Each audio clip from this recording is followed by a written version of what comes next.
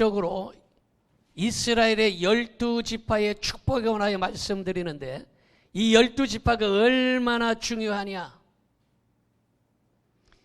구약의 12지파가 구약을 기초하고, 신약의 12사도가 신약을 기초하고, 그 기초가 새 예루살렘 천국의 12진주문 바로 기초석이 된 것입니다. 그만큼 12지파가 중요한 것이에요. 그래서 오늘 이 이스라엘의 12지파 중에 특별히 두 번째 시간에 레위와 그리고 유다에 관하여 말씀을 드리려고 합니다. 이 레위는 창세기 49장 5절 6절을 한번 보겠습니다. 시므온과 레위는 형제요, 그들의 칼은 폭력의 도구로다. 내호나 그들의 모의에 상관하지 말지어다. 이렇게 말하고 있습니다. 레위는 야곱의 처 레아의 셋째 아들로 더불어 연합한다는 뜻인데, 상징 보석은 사파이어입니다. 그리고 상징하는 도구는 잔해하는 칼이에요. 그러니까 상징을 칼이라고 하니까 얼마나 이 사람의 성격이 불같은지를 알 수가 있습니다. 남편의 사랑을 받지 못했던 레아가 아들 레위를 통하여 이제 남편의 사랑을 받고 남편과 함께 화목하게 살아야 되겠다라고 해서 지은 이름이 바로 레위입니다. 이 레위는 아버지 야곱과 가나안 땅으로 귀향하여 가다가 세겜에서 여동생 디나가 히우조 속 하몰의 아들에게 강간을 당하고, 지난 시간에 얘기했던 형 시므온과 계략을 꾸며서 혈기와 분노로 말미암아 세겜 부족을 다 학살해 버렸습니다. 시므온과 레위가 야합하여 악을 도모한 대가로 그들은 전국에 흩어지고 다 갈라져서 레위 제손은 가나안 온 땅에 흩어져서 살 수밖에 없는 저주를 받게 되었습니다. 그들은 가나안 땅 분배 시 성읍 몇 성읍만 할당을 받았고, 그리고 독자적인 기업을 갖지 못했어요. 그러니까 자기들 레위의 아주 독자적인 큰 사업장이나 목장이나 이런 거를 갖지 못했다라는 것입니다. 레위는 게르손, 고앗, 무랄이라는 세 아들을 낳았습니다. 그리고 출애굽의 광야에서 금송아지를 이스라엘 백성들이 숭배할 때에 바로 레위 자손 무랄이 그리고 고앗, 게르손 이 자손들은요 우상 숭배를 하지 아니했습니다. 여러분, 이것이 대단히 중요하게 역사를 하는데, 출애굽기 2장 26절을 보겠습니다. 이에 모세가 진문에 서서 이르되 누구든지 여호와의 편에 있는 자는 내게로 나오라 하매 레위 자손이 다 모여 그에게로 가는지라 이랬어요. 다시 말해서 레위의 후손들은 우상 숭배하는데 동참하지 아니했다는 거예요. 그 전에는 잔해하는 칼이기 때문에 성질이 포악해서 사람들을 많이 죽이고, 그리고 그 분을 이기지 못해서 양떼 소떼의 발뒤꿈치에 힘줄을 잘라서 다 불구로 만들 만큼 이렇게 폭력적이었어요. 그런데 이후에 어떻게 합니까? 다른 사람들이 우상 숭배하는데 우리는 우상 숭배 안 하겠다. 할렐루야. 다른 사람들이 다 성경의 말씀을 위배하고 그 말씀을 지키지 않는데 우리는 지키겠다. 다른 사람들이 다 주의 종에게 반발하고 반역할 때에 나는 주의 종 모세 편에 서겠다. 바로 이러한 일들을 레위 자손이 하게 되었습니다. 그리고 요단 동편에서 이스라엘 백성들이 바알볼 우상을 섬길 때 레위 지파인 비느하스가 바로 이 바알볼 우상을 다 때려부시고 우상 숭배자들을 다 쳐부셨습니다. 그러므로 말미암아 전국에 유행하던 코로나19 연병이, 그때는 코로나19라는 이름을 안 썼어요. 연병이라고 썼어요. 성경에는 연병이라고 있어요. 코로나19 연병이 전국에 전염병으로 확산되는 그때에 바로 레위 자손 비느하스가 말씀대로 살고 우상을 척결하고 그리고 우상 숭배하는 자들을 다 멀리했기 때문에 바로 전염병이 즉시 멈춰버리는 역사가 성경에 기록되어 있습니다. 지금도 이 코로나19가 전국의 전 세계에 이렇게 확산되고 난리치는 이때에 우리는 레위 자손 같은 이 비느하스 같은 사람이 필요한 때입니다. 여러분들이 레위 자손이 되시고 여러분들이 비느하스 같은 이 신앙을 지키는 여러분들이 되시기를 바랍니다. 그래서 이 전염병이 전국 각지에 막 들불처럼 일어날 때에 그것이 멈춰버렸어요. 세겜 사건으로 인해서, 세겜 사건이 바로 자기 그 분노로 말미암아 원수를 다 칼로 갚아버리는 그러한 그 일이 바로 세겜 사건이에요. 이 세겜 사건으로 자손들이 뿔뿔이 흩어질 수밖에 없었지만, 그런데도 그들은 율법을 백성들에게 가르치는 복을 받았습니다. 여러분, 때로는 우리에게 징계가 오고 때로는 야단을 맞고 때로는 환난과 문제가 있을지라도 우리는 주의 말씀을 준행해야 될 줄로 믿으시기 바랍니다. 그래서 그들이 율법을 백성들에게 가르쳤는데 신명기 33장 10절 11절에 그렇게 기록되어 있어요. 같이 봅니다.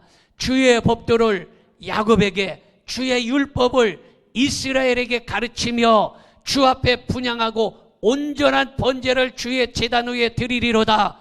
여호와여 그의 재산을 풍족하게 하시고 그의 손의 일을 받으소서. 그를 대적하여 이르는 자와 미워하는 자의 허리를 꺾으사 다시 일어나지 못하게 하옵소서.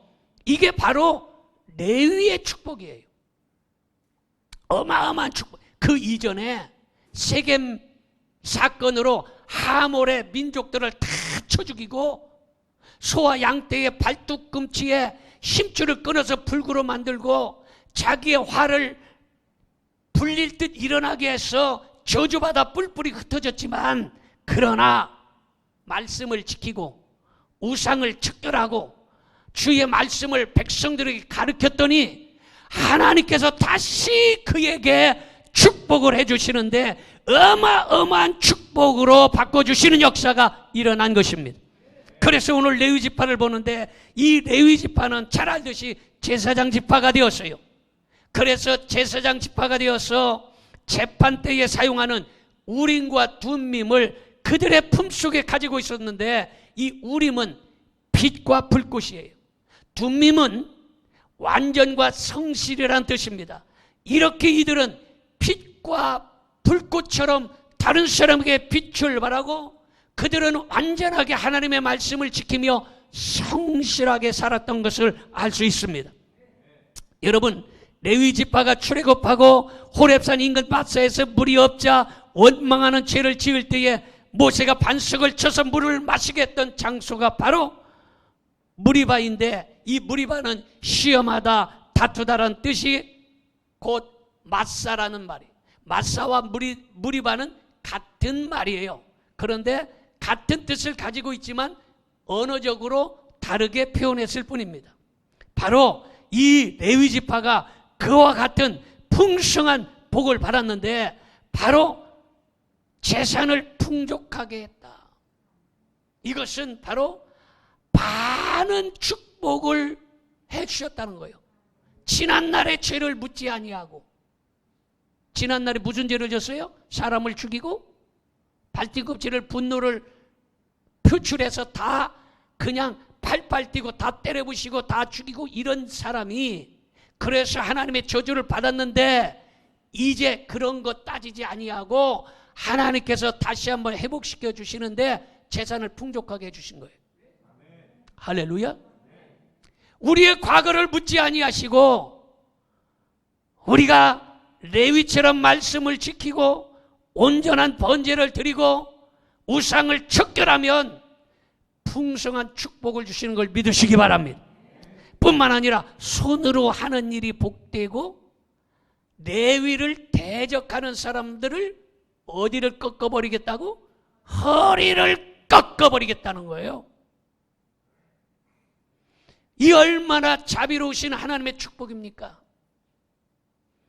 그렇게 이전에 죄를 지었고 그 이전에는 혈기가 해서 불꽃처럼 그 분을 갖다가 다 풀지 못해서 짐승까지도 다 불구로 만드는 이러한 사람이었는데 그가 율법 말씀을 지키고 온전한 번제를 드려 예배를 드리고 우상 숭배를 따르지 아니하고 했더니 회복시켜 주셔서 레위를 건드리면 허리를 꺾어버리시겠다는 거예요. 마찬가지로 이와 같은 축복이 여러분들이 있어지길 바랍니다. 여러분들을 건드리면 이 허리라는 것은 사람의 중심이에요. 허리가 꺾어지면 그 사람은 꼼짝을 못하는데 바로 여러분들을 건드리는 원수 마귀를 꺾어버리는 역사가 일어날 줄로 믿습니다. 그 다음에 유다입니다. 이 유다는 잘 알아야 돼요. 신약의 유다도 있는데 신약의 유다는 뭐한 사람이요? 예수님을 배신하고 팔아먹은 사람이 가룟 유다입니다.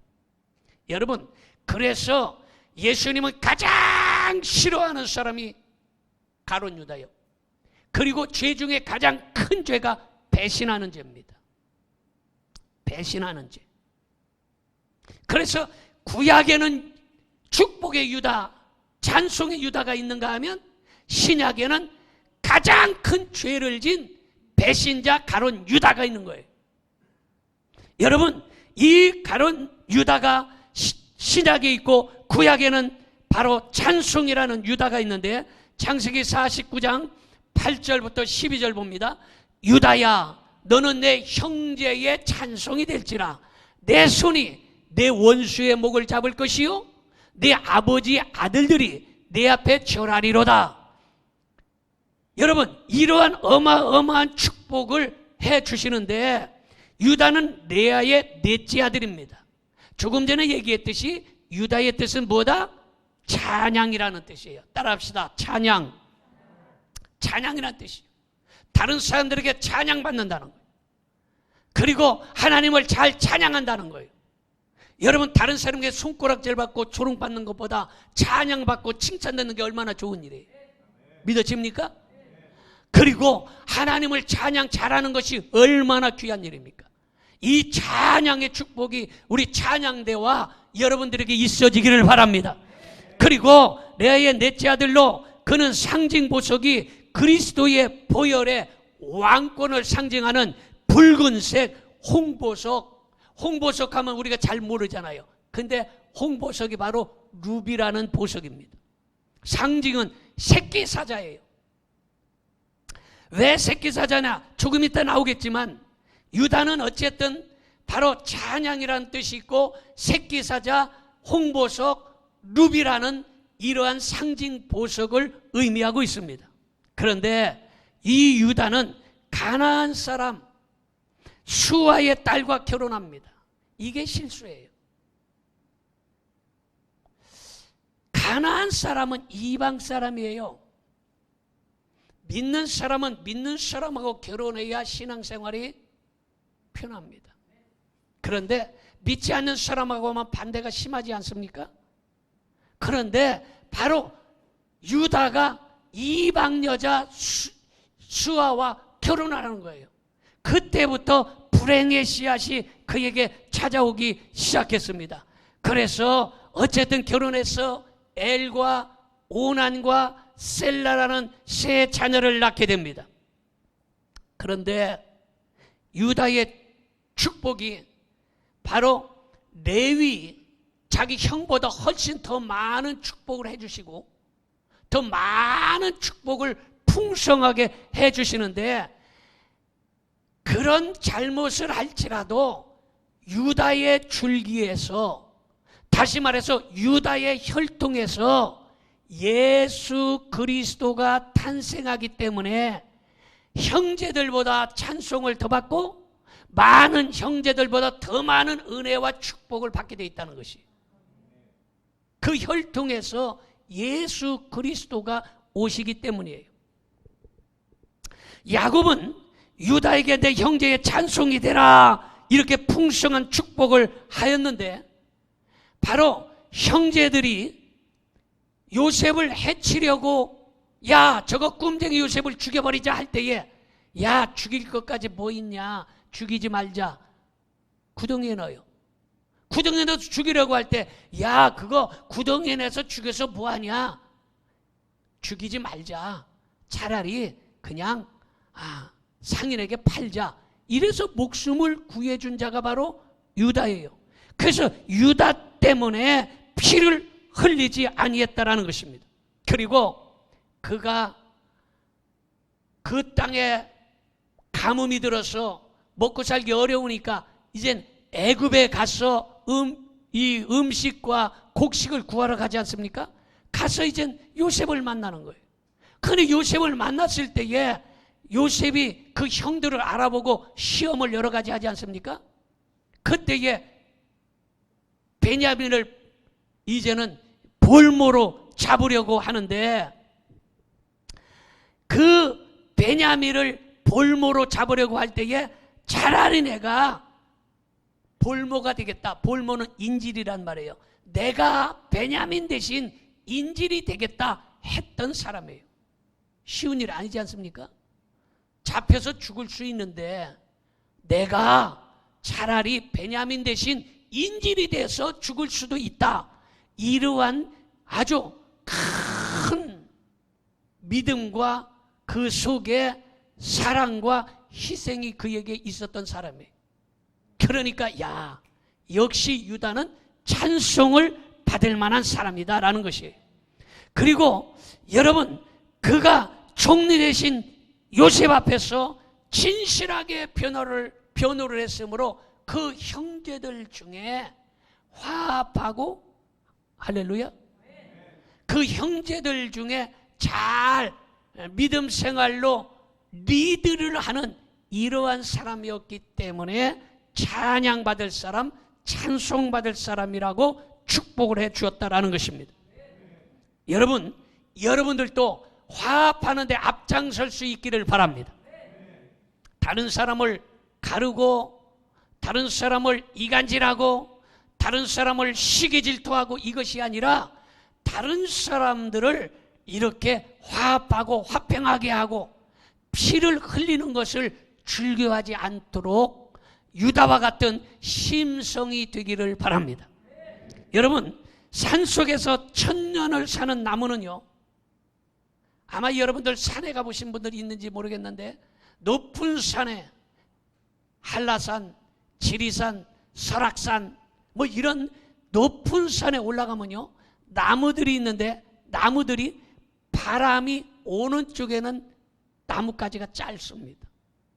그리고 바람이 반대쪽으로 나뭇가지가 잘 뻗어 있는 것을 볼 수가 있는데, 여러분이 이 나무는 바람이 올 때에 야 태풍이 오냐, 네가 세나 내가 세나 견뎌보자 하고서 가지를 뻗고 있으면 나뭇가지가 태풍에 뚝 하고 부러지는 거예요. 이거를 알기 때문에 나뭇가지는 태풍이 오고 바람이 부는 쪽에서 이 나뭇가지를 뻗지 아니하고 반대편으로 나뭇가지를 뻗어서 그 나무가 바람에 맞서지 아니하고 태풍에 맞서지 아니해서 천년을 산다는 거예요. 여러분, 하나님의 말씀에 맞서지 말아야 됩니다.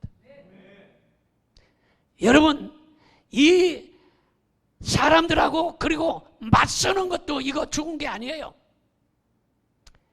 화평하고 화목한 것이 좋은 것이지, 맞서면 이거는 부러지는 것이에요. 그래서 그 나무는 산에서 천년을 산다는 거예요. 여러분 잘 알듯이 돌멩이가 삐죽삐죽한 곳이 정을 맞는다는 거예요. 이거 턱 삐져나오네. 그래서 정으로 때려가지고 그 뾰족한 부분을 깨트린다는 거예요. 길 가다가 툭 튀어나오는, 평지에 툭 튀어나오는 돌이 돌뿌리에 걸려서 발길에 차이게 된다는 거예요. 인생은요, 모난 돌처럼 여러분 삐죽삐죽하면 주변 사람들이 많이 따르지 아니합니다.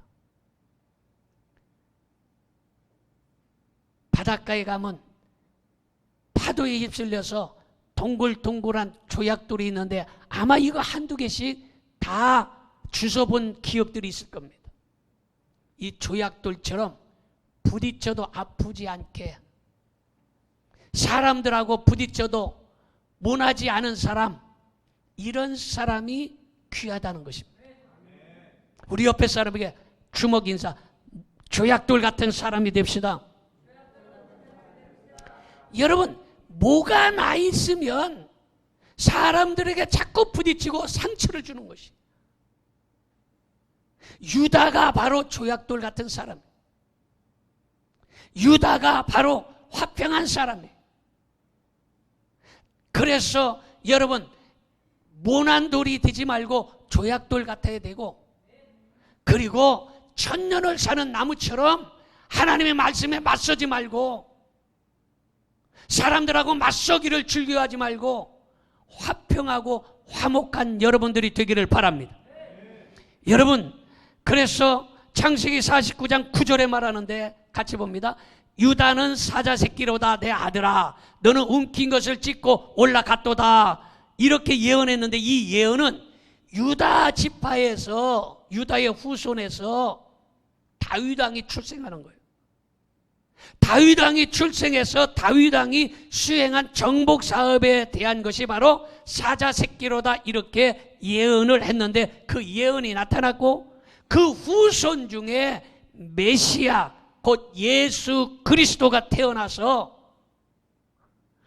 흑암의 권세 원수 마귀를 다 멸망시킨다는 뜻이 바로 유다야 너는 사자 새끼로다, 이렇게 예언하고 있다는 것입니다. 창세기 49장 10절을 봅니다. 규가 유다를 떠나지 아니하며, 규는 왕이 갖는 홀, 지팡이, 이거예요. 왕이 탁 들고 있지 않습니까? 그게 규예요.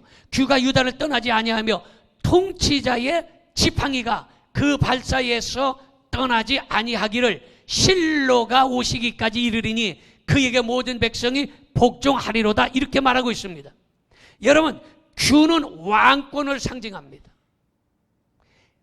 규가 떠나지 아니한다 그러면 유다 혈통에서 왕이 많이 배출된다는 것입니다. 그 대표적인 왕이 바로 다윗 왕이에요. 할렐루야. 여러분, 우리 후손 중에 왕이 태어나면 얼마나 귀하겠습니까?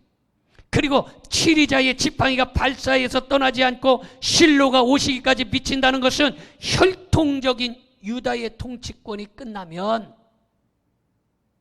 바로 유다의 후손들 중에 왕들이 태어나고 이 혈통적인 왕의 일들이 있고 나서 이후에 영적인 유다 왕권의 통치권이 바로 유다 지파에게서 시작된다는 것입니다. 이 말은 영적인 통치권자 누굽니까? 예수 그리스도 곧 메시아가 유다의 혈통에서 오신다라는 것입니다. 믿으십니까? 그래서 유다 지파의 왕권은 그리스도의 왕권을 예표하고, 여인의 후손은 언약과 메시아 언약인데 이 야곱의 넷째 아들 유다에게 계승되어 바로 그 후손들에게 이어진다라는 것을 가르쳐주고 있습니다. 그리고 그에게 모든 백성이 복종한다라고 했는데, 정말로 다윗 왕이 나와서 다윗 왕에게 모든 백성들이 복종하는 일이 그대로 예언이 성취된 것입니다. 창세기 49장 11절 봅니다. 그의 나귀를 포도나무에 매며, 그 사람들이 아유 뭐 나무 포도나무에 매는데 뭐 이 성경에까지 기록되어 있을까? 이거 잘 봐야 돼요.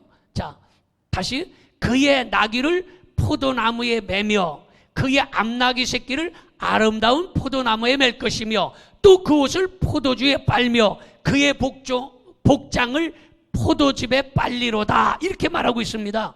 여러분, 이 히브리인들은요 나귀를 타고 평화롭게 여행하는 것이 대단한 축복이에요. 예전에 여러분 70년대 자가용이 있다면 얼마나 큰 축복이겠어요. 지금이야 뭐 너도 나도 다 자가용이 있으니까 별로 귀하지 않지만 70년대 80년대 자가용 타면 대단한 것이에요. 그때 운전 면허증만 따고 있어도 엄청난 것입니다. 히브리인들이 바로 자가용은 뭐요? 나귀요. 나귀를 타고서 여행을 하는 것이 바로 그들에게 큰 축복인데 나귀는 평화를 말해요. 그리고 자가용 타고 여행 다니는 게 평화스럽지 않습니까? 그리고 포도나무는 부자, 부를 상징하는 것입니다. 그런데 보통 나귀는 어디다 묶어 놓느냐? 나귀는 보통 잡목에 매는 거예요. 잡목. 그런데 그냥 못 쓰는 나무에다 묶어 놓는다 이 말이에요. 아무 주차장에다가 주차장이 없으니까 아무 데다 주차를 시킨다 이 말이에요. 그런데 이 유다는 얼마나 축복을 받으면 이 나귀를 갖다가 포도나무에 묶는다는 것이에요. 포도나무가 상징이 뭐라고 그랬어요? 부자를 뜻하는 부자, 돈, 부자, 물질, 이걸 뜻하는 거예요. 여러분, 얼마나 포도나무가 많으면 나귀를 갖다가 포도나무에 묶어 놓을 만큼 그런 축복을 지금 의미하고 있는 것입니다. 그런데 이 포도가 얼마나 많으면 빨래를 하는데 하이타이로 하지 아니하고 뭘로 빤다? 포도주로 빤다는 거예요. 이 말은 포도나무가 뭐를 상징한다고 그랬어요? 돈, 부. 얼마나 포도나무가 많으면 포도주로 빨래할 만큼 하나님이 축복해 주셨냐라는 거예요. 쉽게 말하면 얼마나 돈이 많으면 5만 원짜리 갖고 이불 속에다가 솜을 삼아서 덮고 자겠어요? 아멘도 안 하나만. 이제 이해가 되지요? 이런 축복이라는 거예요. 포도즙으로 빨래를 하며, 이거 엄청난 축복을 말하는데 유다의 후손들이 큰 복을 받는다는 것입니다. 이후에 유다의 혈통적인 후에 예언적으로 예수 그리스도를 믿는 성도들이 받아야 될 평화와 축복을 의미하고 있는 것입니다. 바로 이와 같은 유다의 축복이 왜 받았느냐? 화목하고 화평하고 조약돌 같고 피를 흘리는 것을 좋아하지 아니하고 다른 사람들을 위해서 자기가 희생할 줄 알고 이랬더니 이러한 축복을 받더라는 것이에요. 이해가 됩니까? 그 우리 성도들도 이런 유다와 같은 사람들이 좀 많이 나올 수 있기를 바랍니다. 여러분, 뿐만 아니라 그에게 하나님의 은총이 임해서 유다가 이가 하얗게 될 정도로 뭐를 마셨다? 우유를 마셨다는 거예요. 여러분, 지금은 우유가 흔해 빠지지만요 60년대 70년대 우유 구경도 못했습니다. 그때는 너무 배고파서 정부에서 가루를 학교에서 배급을 했는데 가루가 안 좋은 가루는 무슨 가루요? 옥수수 가루. 그리고 뭐 1년에 한 번에서 두 번씩 영양실조 걸릴까봐 뭔 가루 줬어? 우유 가루 줬어. 여러분 안 받아봤습니까? 젊은 사람들이야. 그러면 나같이 연세가 들면 우유가루 줬어요. 그때 그 우유가루 그거 얼마나 맛있는지 숟가락으로 한번 떠먹으면 그냥 입에 그냥 떡떡떡떡 떡처럼 붙는데도 그런데 벌써 이거는 수천 년 전에 우유가 얼마나 많으면, 얼마나 양떼 소떼가 많으면 그 우유를 이빨이 하얘질 정도로 마실 수 있도록 축복해 주신 것이 성경에 기록된 것입니다. 유다는 동생 요셉의 목숨을 구했고, 가나안 땅에 기근이 들어 양식을 구하러 애굽에 갈 때에 형제 중에 지도력을 발휘했고 희생했으며, 이스라엘의 실질적인 장남으로 혈통상 다윗과 메시아로 이어지는 왕권의 약속을 받은 것입니다. 그런데 이 유다가 실수를 하는데요, 이 실수하는 것도 뜻이 있어요. 이 유다는요, 부인이 죽었어요. 그러니까 부인이 죽었을 때 이제는 쓸쓸하니까 딥나라는 이 다운타운에 내려갑니다. 그런데 내려갔더니 변장한 며느리 엘의 아내였다가 과부된 다말과 동침하여 베레스와 세레를 낳았는데, 다말은 종려나무는 뜻이에요. 유다의 첫째 아들 엘이, 유다의 찬송 그렇게 복받은 유다 첫째 아들 엘이 하나님 보시기에 악을 행했어요. 그래서 하나님이 그 첫째 아들을 죽였어요. 그런데 첫째 아들 죽이니까 며느리 다말이 남아있는 거예요. 후손이 없어. 그러니까 안 되겠다, 후손을 내야 되겠다. 왜 후손을 내냐? 유다의 혈통에서 누가 나와야 된다? 예수 그리스도가 나와야 되는데 혈통이 끊어져 버렸어요. 그래서 둘째 아들 오난에게 들어가서 너 형수에게 씨를 주라 했는데 그 씨가 자기 것이 되지 않을 걸 알고 그가 씨를 안 줬어요. 그러니까 하나님이 야 이놈도 악하다 해가지고 둘째 아들 오난을 죽였어요. 그러니까 이제 셋째 셀라를 줘야 되는 것이에요. 그런데 시아버지 유다가 생각해 보니까 와, 좀 강하게 표현하면 요 년은 이거 아들 잡아먹는 년이네. 아마 좀 심하게 표현하면 이렇게 생각했을 거예요. 야 이거 큰일 났다. 이거 아들 족족 다 잡아먹으면 큰일 났다. 그래서 그 셀라가 크면 죽게 하고서 친정으로 속이고서 보내버립니다. 다말은 여러분 유다의 대를 잇기 위해서 시아버지가 딥나에 왔다는 소식을 듣고 면박으로 얼굴을 가리고 유언했습니다.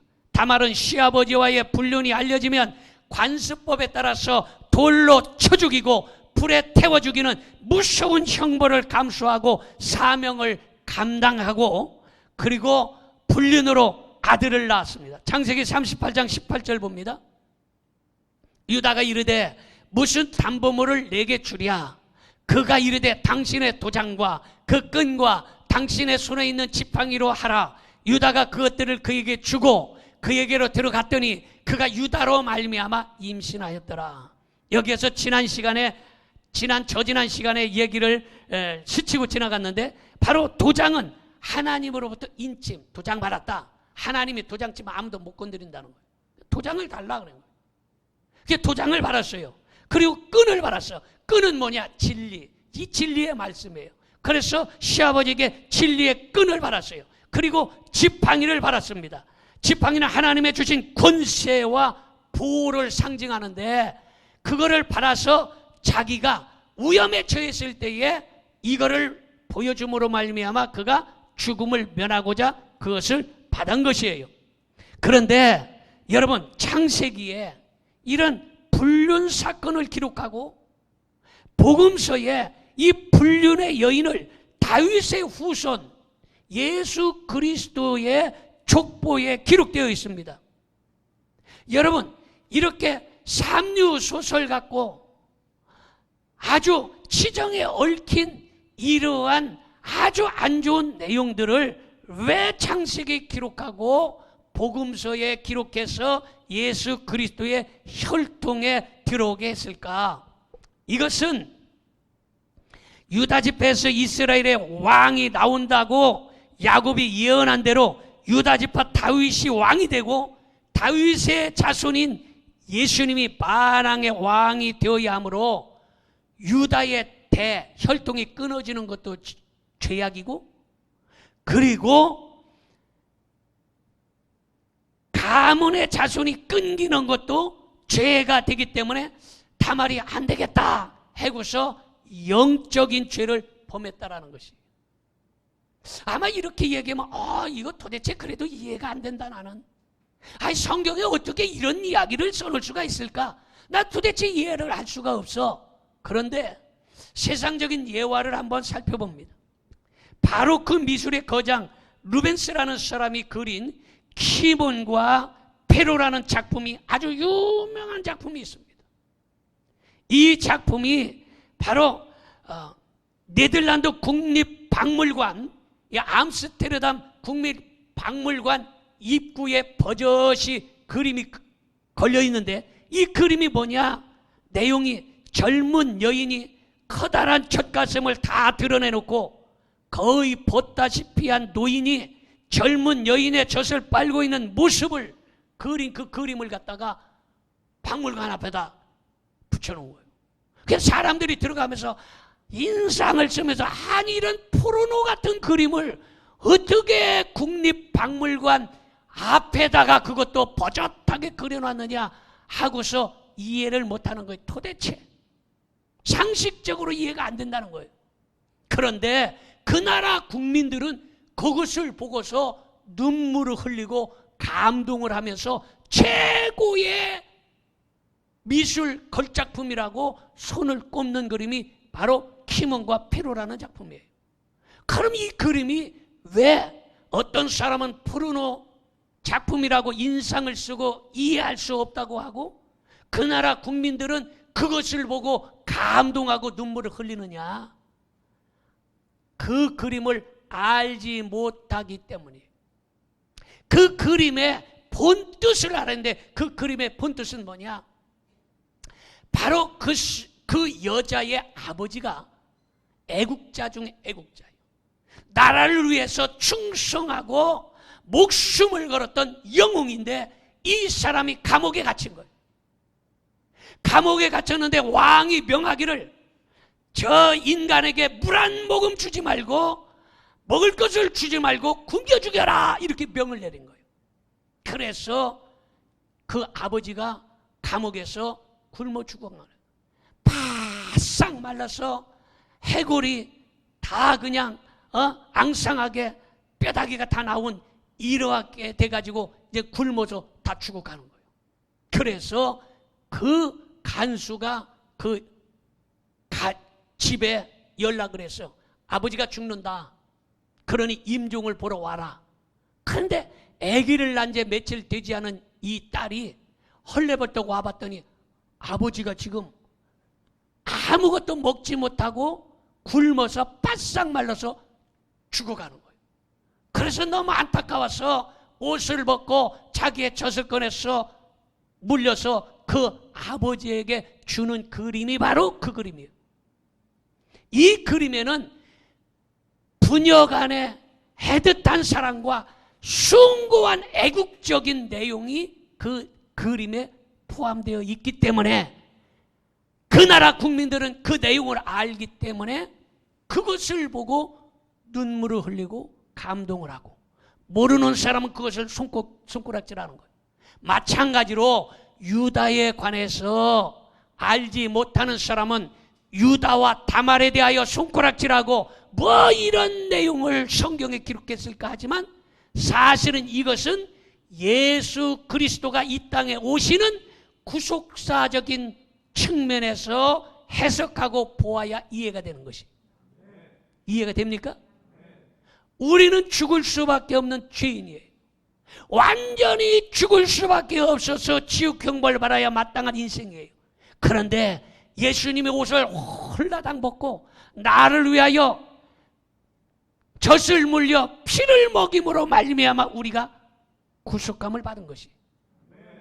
이런 내용을 알아야, 그래야 성경을 이해할 수 있는데 이런 내용들을 가르치거나 알려주지 않기 때문에 성도들이 모르는 거예요.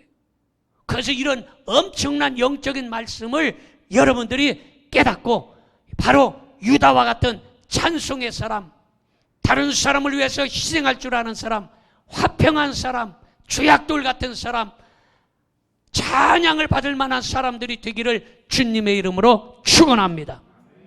기도하겠습니다. 전능하신 아버지 하나님, 레위인